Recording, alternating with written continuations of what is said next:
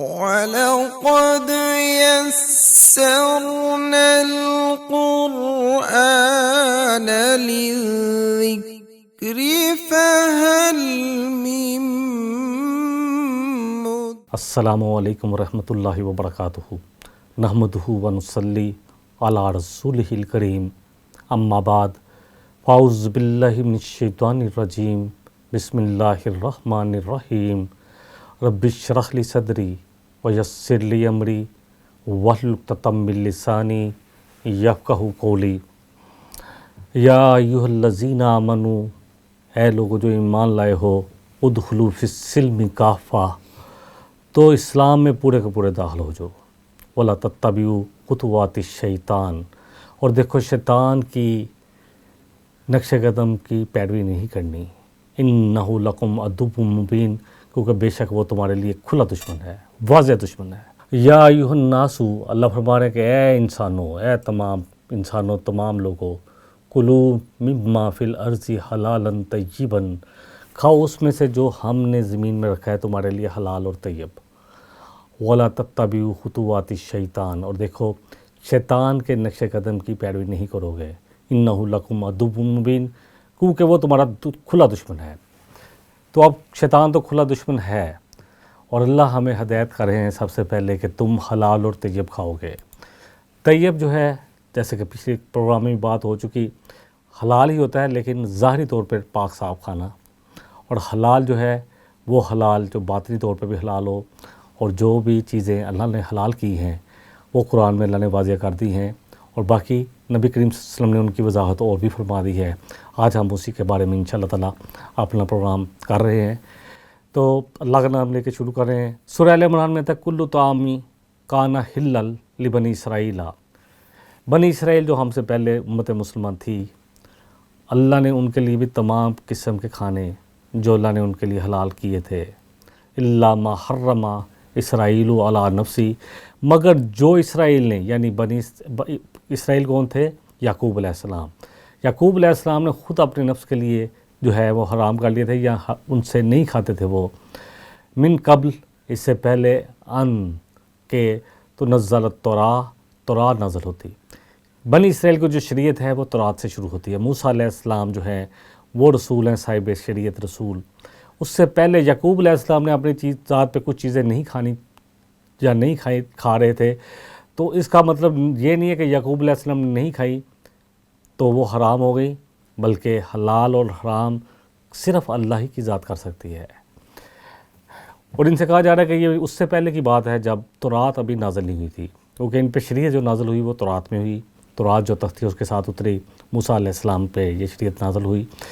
تو کھانے کا حلال جو ہے، کیونکہ اسرائیل والے کہتے تھے، بنی اسرائیل کہتے تھے کہ یہ اونٹ کھاتے ہیں، ہماری شریعت میں تو یہ کہہ رہے ہیں کہ وہی شریعت ہے، تو ہماری شریعت میں تو جو اونٹ جو تھا حرام تھا۔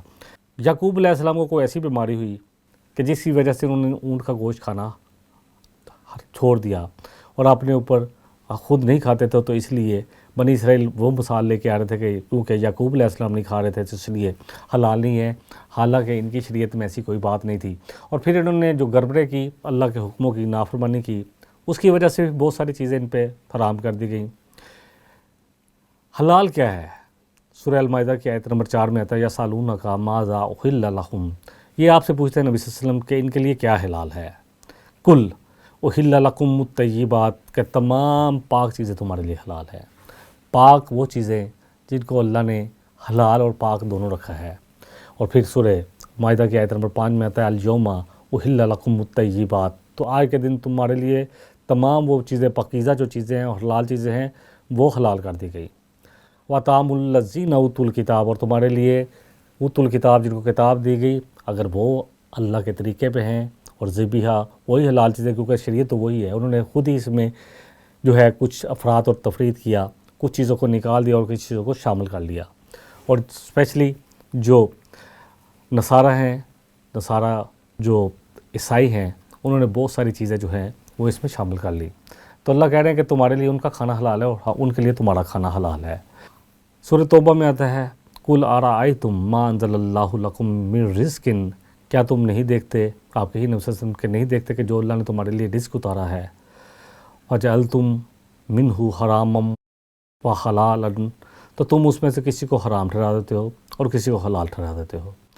حرام اور حلال صرف اور صرف اللہ کی ذات کی طرف سے ہے۔ اللہ نے قرآن میں چیزوں کو بیان کر دیا کہ جو حرام ہے۔ کون سی چیزیں حرام ہیں؟ سب سے پہلے مردار، جو مر جائے، جو کسی وجہ سے مر جائے، اور اس میں سورہ مائدہ میں بڑی تفصیل آتی ہے کہ کوئی پہاڑی سے گر کے مر جائے، یا کسی جانور کو کسی جانور نے مار دیا، یا کوئی قدرتی موت مر گیا، تو وہ حلال نہیں ہے۔ ذبح ہونا لازم ہے، ذبیحہ جو ہے وہ حلال ہے۔ اور ذبیحہ میں بھی کون سے جانور حرام ہیں؟ جیسے مویشی جانور حلال ہیں، گائیں، اسی طرح مینڈا، بکرا، اونٹ، یہ حلال ہیں۔ لیکن سور کو حرام کر دیا گیا، اس کا ذکر بھی قرآن میں 3 جگہ آ جاتا ہے۔ اور پھر بہتا ہوا خون بھی حرام ہے۔ ہاں، وہ خون جو گوشت کے ساتھ جب جائے لگا رہے وہ حلال ہے۔ اسی طرح جو خون کلیجی میں ہوتا ہے وہ بھی حلال ہے، اور وہ خون جو بہتا ہوا خون ہے وہ حرام ہے۔ اور اسی طرح وہ چیزیں جن پہ اللہ کے علاوہ کسی اور کا نام لیا جائے، چاہے ذبح کرتے ہوئے یا کسی کو صدقہ کرتے ہوئے اللہ کے علاوہ کسی اور کی نظر کرنا، یا کسی اور سے اس کا بدلہ چاہنا، یا کسی اور کو ہدیۃً پیش کرنا، یہ سب کچھ جو ہے کسی اور کے نام سے لوگوں کو کھلانا کہ یہ بزرگ فلانے بزرگ کی جو ہے اس کا تمہیں کھلا رہے ہیں، یہ سب کے سب جو ہے اس میں چلے جاتے ہیں۔ صرف وہ جس پہ اللہ کا نام لیا جائے وہ حلال ہے، اور اللہ کا نام بغیر کسی شرک کے لیا جائے، یعنی کسی اور کو شریک نہ کیا جائے کہ نظر اللہ ہے اور نیاز کسی اور کے نام سے ہے۔ یہ ساری چیزیں، نظر بھی اللہ کے نام سے، نیاز بھی اللہ کے نام سے، تو لوگ خود ہی حرام اور حلال ٹھہراتے ہیں۔ دیکھیں سورہ نحل میں اللہ فرما رہے ہیں وَلَا تَقُولُوا لِمَا تَصِفُوا أَلْسِنَتُكُمْ، دیکھو تم نہ کہو جو تمہاری زبانیں گرتی ہیں، الکذب جو جھوٹ کرتی ہیں، ھذا حلال و ھذا حرام، کہتی ہیں کہ یہ حلال ہے اور یہ حرام ہے، لِتَفْتَرُوا عَلَى اللَّهِ الْكَذِبَ، اور اللہ پہ جھوٹ باندھتے ہیں کہ اللہ نے ایسا کرنے کے لیے کہا ہے۔ حلال اور حرام اللہ نے ٹھہرا دیے ہیں، جتنے رسول انبیاء آئے وہ انہی کو واضح کرنے کے لیے آئے۔ حلال کیا ہے، حرام کیا ہے، اللہ نے کھول کے بیان کر دیا، اور نبی کریم صلی اللہ علیہ وسلم نے اس کی وضاحت فرما دی۔ دیکھیں جیسے پہلے بھی بات ہو چکی کہ حلال اور حرام کوئی بھی انسان نہیں کر سکتا۔ نبی کریم صلی اللہ علیہ وسلم جو سورہ تحریم سورہ نمبر 66 ہے، اس میں واقعہ آتا ہے کہ آپ نے شہد پینے سے انکار کر دیا کہ میں اب شہد نہیں پیوں گا، تو اللہ نے قرآن نازل فرما دیا یا ایھا النبی، اے نبی صلی اللہ علیہ وسلم، بڑا خوبصورت انداز ہے، بڑا پیار والا انداز ہے، لِمَ تُحَرِّمُونَ، کیوں آپ حرام کرتے ہیں، ما احل اللہ لک، جو اللہ نے آپ کے لیے حلال کیا ہے۔ اور شہد جو ہے یہ بڑی فائدہ مند چیز ہے، اس میں شفا بھی ہے، اور نبی کریم صلی اللہ علیہ وسلم اگر نہ لیتے تو پھر امت بھی ان کے سنت میں چلتے ہوئی نہ لیتی، تو اس لیے اللہ نے فوراً قرآن نازل کر دیا کہ آپ ایسی چیز اپنے اوپر منع نہ کریں جو اللہ نے آپ پہ حلال رکھی ہے۔ اب حلال واضح ہے، حرام بھی واضح ہے، اس کے درمیان کچھ چیزیں ایسی ہیں جو مشکوک ہیں۔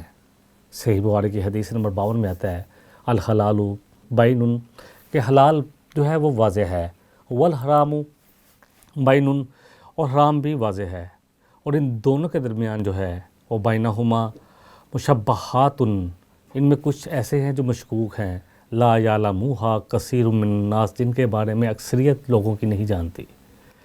اور جو بچ گیا کن سے، مشکوک چیزوں سے، جس نے اپنے کو بچا لیا تو وہ بے شک اس نے اپنے ایمان کو بھی بچا لیا، اور جو شبہات میں شامل ہو گیا تو ہو سکتا ہے وہ کسی وقت حرام میں بھی شامل ہو جائے، یا حرام بھی اس کی زندگی میں آ جائے۔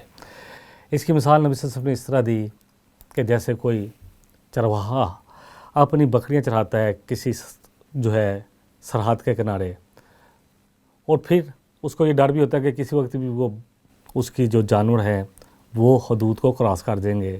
اسی طرح جو لوگ شکوک والی چیزیں استعمال کرتے ہیں، یہ جو ہے شک بھی رہتا ہے، اور یہ احتمال بھی ہے کہ وہ کسی وقت بھی حرام کی طرف بھی مائل ہو جائیں، تو اس لیے کوشش کرنی چاہیے کہ وہ چیزیں جو مشکوک ہیں ان سے بھی اجتناب کیا جائے۔ دیکھیں اللہ تعالیٰ حلال مال کو پسند کرتے ہیں، اور طیب مال کو ہی اللہ قبول کرتے ہیں۔ اللہ طیب کے علاوہ نہیں قبول کرتے، اور طیب میں چاہے ایک کھجور بھی دی جائے، صحیح بخاری کی حدیث ہے 1410، کہ جس نے صدقہ کیا ایک کھجور کا اپنی پاک کمائی میں سے، قصب طیب آتا ہے کہ جس نے پاک کمائی میں سے، جس نے بڑی محنت سے کمایا ہوا ایک کھجور بھی اللہ کے لیے صدقہ کی، اللہ اس کو قبول کر لیتے ہیں، اور اللہ طیب کے علاوہ کچھ بھی قبول نہیں کرتے، اور پھر اللہ اس کو اپنے دائیں ہاتھ میں لے لیتے ہیں، اور پھر اللہ اس کو نشو و نما دیتے ہیں، اور پھر وہ پہاڑ سے بھی بڑی ہو جاتی ہے۔ پاک مال سے صدقہ قبول کیا جاتا ہے، حرام کمائی سے اگر صدقہ بھی کیا جائے تو اللہ کے ہاں قبول نہیں ہے۔ لوگوں کے مال غصب کرنا، چوری ڈاکہ، شراب کی کمائی، سود کی کمائی، یہ سب وہ مال ہیں کہ ان کے صدقے، ان سے کیے گئے صدقے قبول نہیں ہیں۔ اسی طرح رشوت کی کمائی، کیونکہ یہ سب وہ چیزیں ہیں جو انسان کے کمائی کو حرام کر دیتی ہیں۔ صحیح بخاری کی حدیث ہے کہ نبی صلی اللہ علیہ وسلم نے فرمایا کہ کسی انسان کے لیے نہیں ہے، کسی کے لیے کہ وہ اپنے طور پہ کسی چیز کو حلال یا حرام کر دے۔ دیکھیں نبی صلی اللہ علیہ وسلم سے بھی اللہ نے فرمایا کہ آپ کیوں اپنے اوپر وہ چیز کو حرام کر رہے ہیں جس کو اللہ نے آپ کے لیے حلال کیا ہے۔ تو آپ نے دوبارہ شہد کو پینا شروع کر دیا، تو اس کا مطلب ہے کہ حلال اور حرام صرف اللہ کے ہاتھ میں ہے۔ ہاں، کون کون سی چیزیں حلال ہیں، کون سی حرام ہیں، اس کو واضح نبی کریم صلی اللہ علیہ وسلم نے ہمارے لیے کیا ہے تاکہ امت پہ مشکل نہ رہے۔ نبی صلی اللہ علیہ وسلم نے فرمایا کہ پانی کا مردار تمہارے لیے حلال ہے، اور یہ سورہ المائدہ میں بھی آتا ہے کہ پانی کا جو مردار ہے، کیونکہ پانی سے مچھلی نکال کر اس کو ذبح نہیں کیا جا سکتا، بلکہ اس کو پکڑا جاتا ہے تو اس وقت اس کی جان نکل گئی ہوتی ہے، تو اس کو حلال کر دیا گیا۔ اس طرح ٹڈی کو بھی حلال کر دیا گیا زمین میں سے، جو ایک ٹڈی ہوتی ہے اور جس کے بارے میں آتا ہے کہ قیامت سے پہلے وہ ختم ہو جائے گی، نبی صلی اللہ علیہ وسلم نے فرمایا اس کو بھی حلال کر دیا گیا۔ حلال جو ہے سمندر پانی کے تمام جانوروں کو جو ہے وہ حلال کر دیا گیا، اسی طرح مچھلی کو حلال کر دیا گیا، اور پانی میں جو بھی مخلوق صرف پانی میں رہتی ہے وہ حلال ہوگی۔ جو پانی اور خشکی دونوں میں رہتی ہے، جیسے کچھوا ہے، جیسے مگرمچھ ہے، یہ سب کے سب جو ہے یہ حرام ہے۔ پھر وہ چیز جانور جو کچلی والے ہیں، کچلی جو پنجے سے شکار کرتے ہیں اپنے، شیر، چیتا، بھیڑیا، کتا، لگر بگر، یہ سارے جتنے بھی جانور ہیں یہ سب کے سب حرام ہیں۔ پھر سور کو تو الحمدللہ قرآن میں 3 جگہ پہ اللہ نے اس کی دے دی کہ خنزیر جو ہے یہ حرام ہے، کیونکہ اس کی حسلت میں بے حیائی ہے۔ اللہ انسانوں کو، اللہ اپنے بندوں کو بچانا چاہتا ہے بے حیائی سے، اور یہ شیطان جو ہے یہ بے حیائی کی طرف لے کے جانا چاہتا ہے۔ اور پھر سوال کرنا، لوگ بہت سوال کرتے ہیں، لوگوں سے مانگتے ہیں یہ کیسے حلال ہے حرام ہے۔ اس کے بارے میں بھی ایک حدیث، کیونکہ یہ بھی ہمارا بہت بڑا مسئلہ ہے کہ کس کو دینا چاہیے، کس کو نہیں دینا چاہیے، کس کو مانگنا چاہیے، کس کو نہیں مانگنا چاہیے۔ شریعت اتنی خوبصورت ہے، اللہ کہتے ہیں جن کے پاس مال ہے ان کو تو اللہ کہتے ہیں دو۔ اللہ پورے قرآن میں بار بار کہہ رہے ہیں خرچ کرو اللہ کی راہ میں، خرچ کرو اللہ کی راہ میں، اللہ کے لیے خرچ کرو، اور 2 یتیموں کو، مسکینوں کو، جو ضرورت مند ہیں ان کو خرچ کرو ان کے اوپر۔ لیکن سوال کرنے کو ناپسند بھی کیا گیا۔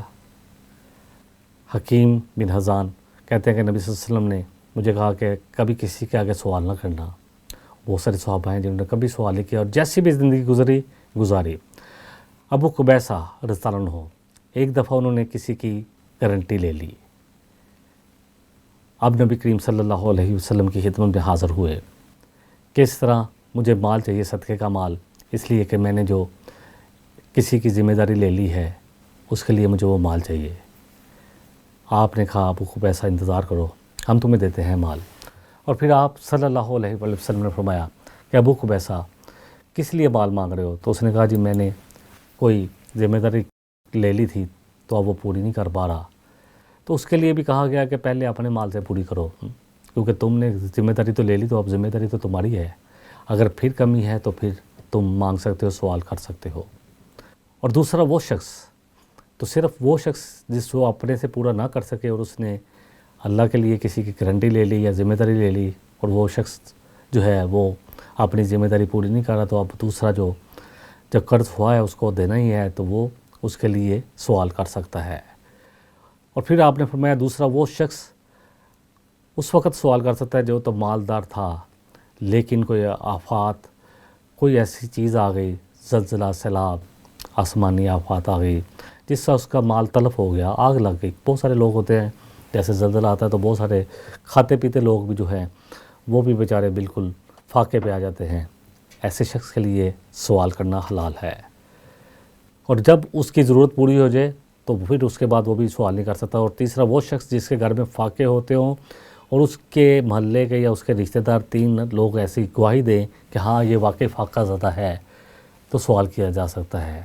اصل میں تو یہ اس لیے ایک حدیث کیونکہ آگے ذہن میں تو بیان کر دی، کیونکہ آج امت مسلمہ میں سب سے زیادہ یہ کام ہو رہا ہے۔ یقین جانیں، باہر جاتا ہوں تو تکلیف ہوتی ہے کہ چائنا میں بھی مانگنے والے صرف مسلمان نظر آتے ہیں، اور بھی دنیا میں جائیں تو زیادہ مسلمانوں میں یہ کام آ گیا، حالانکہ ان کو منع کیا گیا تھا کہ سوال نہیں کرنا، سوال نہیں کرنا، کیونکہ یہ سوال کرنا جو ہے اس کو حرام کیا گیا ہے۔ بے مقصد سوال صرف اس لیے کیا جائے تاکہ اپنا مال بڑھایا جائے تو اس کو تو حرام کیا گیا ہے۔ صحیح مسلم کی حدیث ہے، نبی صلی اللہ علیہ وسلم نے فرمایا کہ آپ نے کیونکہ آپ لہسن نہیں کھاتے تھے، آپ نے فرمایا کہ اے لوگو، میں لہسن نہیں کھاتا لیکن تمہارے لیے اللہ نے یہ حلال رکھا ہے، اس لیے کہ اس سے ایک سمیل آتی ہے جو نبی صلی اللہ علیہ وسلم کو پسند نہیں تھی۔ تو حرام نہیں کیا، لوگوں کے لیے حلال کہہ کے کیا کہ یہ حلال ہے۔ میں اس لیے نہیں کھاتا کہ میرا دل نہیں چاہتا کہ میرے منہ سے سمیل آئے۔ اور آپ مسواک کتنی متواتر کرتے تھے، آپ اپنے آپ کو ظاہری اور باطنی ہر طرح سے پاک اور صاف رکھتے تھے نبی صلی اللہ علیہ وسلم۔ اور پھر جیسے کہ پہلے بھی بات ہو چکی کہ نبی صلی اللہ علیہ وسلم نے فرمایا کہ پانی کا جو مردار ہے وہ حلال ہے، اور جو حلال ہے میں نے پہلے بیان کر دیا کہ وہ جو صرف پانی میں رہیں، جو خشکی میں بھی رہیں اور پانی میں بھی رہیں، وہ حلال نہیں ہیں۔ مثال کے طور پہ کچھوا ہے اور بہت ساری چیزیں ہیں، جو سانپ ہے وہ پانی میں بھی رہتا ہے پھر ادھر بھی چلا جاتا ہے، تو یہ حلال نہیں ہے۔ نبی صلی اللہ علیہ وسلم نے فرمایا کہ جس نے حلال کا لقمہ کھایا اور سنت پہ عمل کیا اور لوگ اس کے اعزار آسانی سے محفوظ رہے تو وہ جنت میں داخل ہوگا۔ تو یہ حلال کی ویلیو ہے۔ اور پھر اسی طرح جامع ترمذی کی حدیث ہے، آپ نے فرمایا ما آمنا بالقرآنی، کہ وہ اس شخص کا قرآن پہ کوئی ایمان نہیں ہے جس نے اس کی محرمات کو یعنی اس کے حرام کردہ چیزوں کو اپنے لیے حلال کر دیا۔ قرآن میں جو چیزیں حرام آ رہی ہیں اس کو حلال کر لیا تو پھر قرآن سے ایمان ہی چلا جائے گا۔ سنن ابو داؤد کی حدیث ہے 2817، ابن عباس راوی ہیں، کہا کہ کھاؤ اس میں سے جس پہ اللہ کا نام لیا گیا ہو، اور اس میں سے نہ کھاؤ جس میں اللہ کے علاوہ کسی اور کا نام لیا گیا ہو۔ اس پہ پہلے بھی تھوڑی سی مختصر بات ہو چکی کہ ایسی چیز جو کسی اور کے لیے صدقہ کیا جائے، جس کا اجر کسی اور سے چاہتے ہوں، یا یہ چاہتے ہوں کہ وہ اس کو راضی کر لیں، کسی بھی بزرگ کے لیے، کسی بت کے لیے، کسی بھی کے لیے بھی، جیسے کہ کسی کے لیے نیاز کرنا، کسی کے نام کی نیاز کرنا، اور ساتھ اللہ کا نام بھی لینا، تو یہ کھانا بھی حلال نہیں ہے، کیونکہ اللہ کے ساتھ شرک کیا جا رہا ہے۔ وہی حلال ہے جو صرف اللہ کے ذکر کے ساتھ، اللہ کے نام کے ساتھ لوگوں کو کھلایا جائے۔ ذبح کرتے ہوئے بھی صرف اللہ کا نام لیا جائے گا، کسی غیر اللہ کا نام نہیں لیا جائے گا۔ بسم اللہ اللہ اکبر، جو نبی کریم صلی اللہ علیہ وسلم نے ہمیں سکھایا کہ اللہ کے نام کے ساتھ جو سب سے بڑا ہے ذبح بھی کرنا ہے۔ اور پھر لوگوں کے مال جو ہے باطل طریقے سے کھانے، یہ بھی حرام ہے، کیونکہ حرام میں بہت ساری چیزیں آ جاتی ہیں۔ اس طرح کہ اللہ فرما رہے ہیں سورہ نساء کی آیت نمبر 29 میں، لا تأکلوا اموالکم بینکم بالباطل، اور دیکھو تم آپس میں ایک دوسرے کا مال باطل طریقے سے نہ کھاؤ۔ ہاں تجارت میں ایک دوسرے سے لین دین تو ہو سکتا ہے، لیکن باطل طریقے سے مال کھانا جو ہے یہ حرام ہے۔ نبی کریم صلی اللہ علیہ وسلم نے فرمایا کہ تمہارے لیے دوسرے مسلمان کا مال، اس کی عزت، یہ سب حرام ہے۔ اس کی جان مطلب حرمت والے ہیں، یعنی اس کے مال میں سے کچھ نہیں لے سکتے، اس کی عزت پر ہاتھ نہیں ڈال سکتے، اور اس کی جان، اللہ اکبر، اس کی جان جو ہے وہ امانت ہے۔ مسلمان وہ ہے جس سے دوسرا مسلمان امن پائے، یہ نہیں کہ مسلمان دوسرے مسلمان کے لیے شر کا نتیجہ بنے۔ نبی صلی اللہ علیہ وسلم نے فرمایا، ابن ماجہ کی حدیث ہے 4130، کہ آگاہ ہو جو اکثر لوگ جو قیامت والے دن پیچھے رہ جائیں گے وہ مالدار ہوں گے، مگر وہ لوگ جنہوں نے حلال کمایا ہوگا اور مال کو ویسے ہی خرچ کیا ہوگا جیسے اللہ نے چاہا۔ اسی طرح حلال کمانے والا جو حلال کماتا ہے اس کے لیے نبی کریم صلی اللہ علیہ وسلم نے فرمایا کہ محنت کش جو حلال کمائی کماتا ہے وہ اللہ کا دوست ہے۔ تو وہ تمام مال جو محنت کے ساتھ کمائے جائیں اور جو اس طریقے سے کمائے جائیں جس کا ہمیں شریعت حکم دیتی ہے، سود والا مال حرام ہے۔ اسی طرح وہ مال جو لوگوں سے ہتھیا لیا جائے، دیکھیں اللہ تعالیٰ معاف کرے، بہت سارے لوگ جو ہیں وہ لوگوں کو دھوکہ دے کے اس کو سمارٹنیس سمجھتے ہیں اور سمجھتے ہیں کہ بہت ہم تیز ہیں۔ یہ سب حرام ہے، اور حرام سے پلنے والا جسم جو ہے، اللہ اکبر، نبی کریم صلی اللہ علیہ وسلم نے فرمایا کہ ایسا جسم جو ہے وہ جنت میں نہیں جا پائے گا۔ اس لیے وہ تمام چیزیں جو حرام ہیں ان سے اجتناب کرنا ہے۔ اسی طرح لوگوں کو ہاتھ دکھانا، یہ بھی، یا اپنی قسمت معلوم کرنا، یہ بھی اس زمرے میں آتا ہے۔ انشاءاللہ اس موضوع پہ ہم مزید بھی آگے بات کرتے رہیں گے۔ بس اس بات کو ہم سمجھ لیں کہ اللہ کے ہاں صرف صدقہ وہی قبول ہوتا ہے جو حلال مال سے ہو۔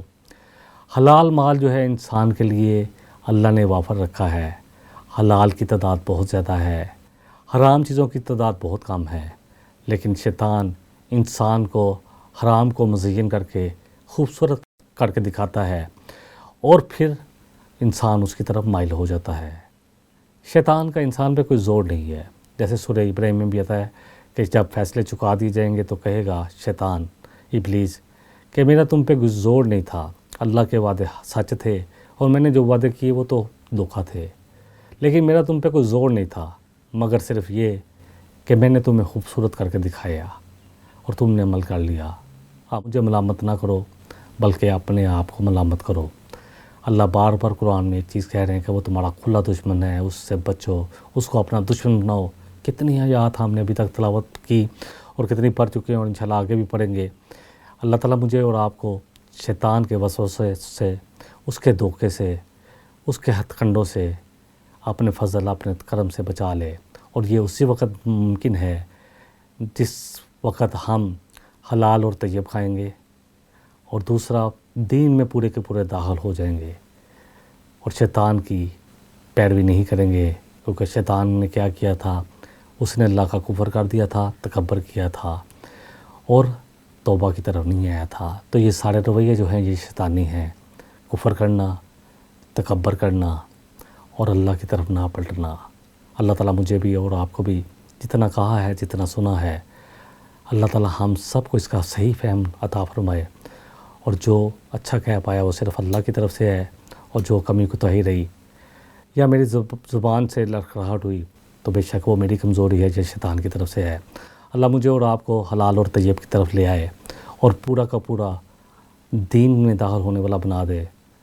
وآخر دعوانا ان الحمد للہ رب العالمین، سبحانک اللہم وبحمدک، اشہد ان لا الہ الا انت، استغفرک واتوب الیک۔ السلام علیکم ورحمۃ اللہ وبرکاتہ۔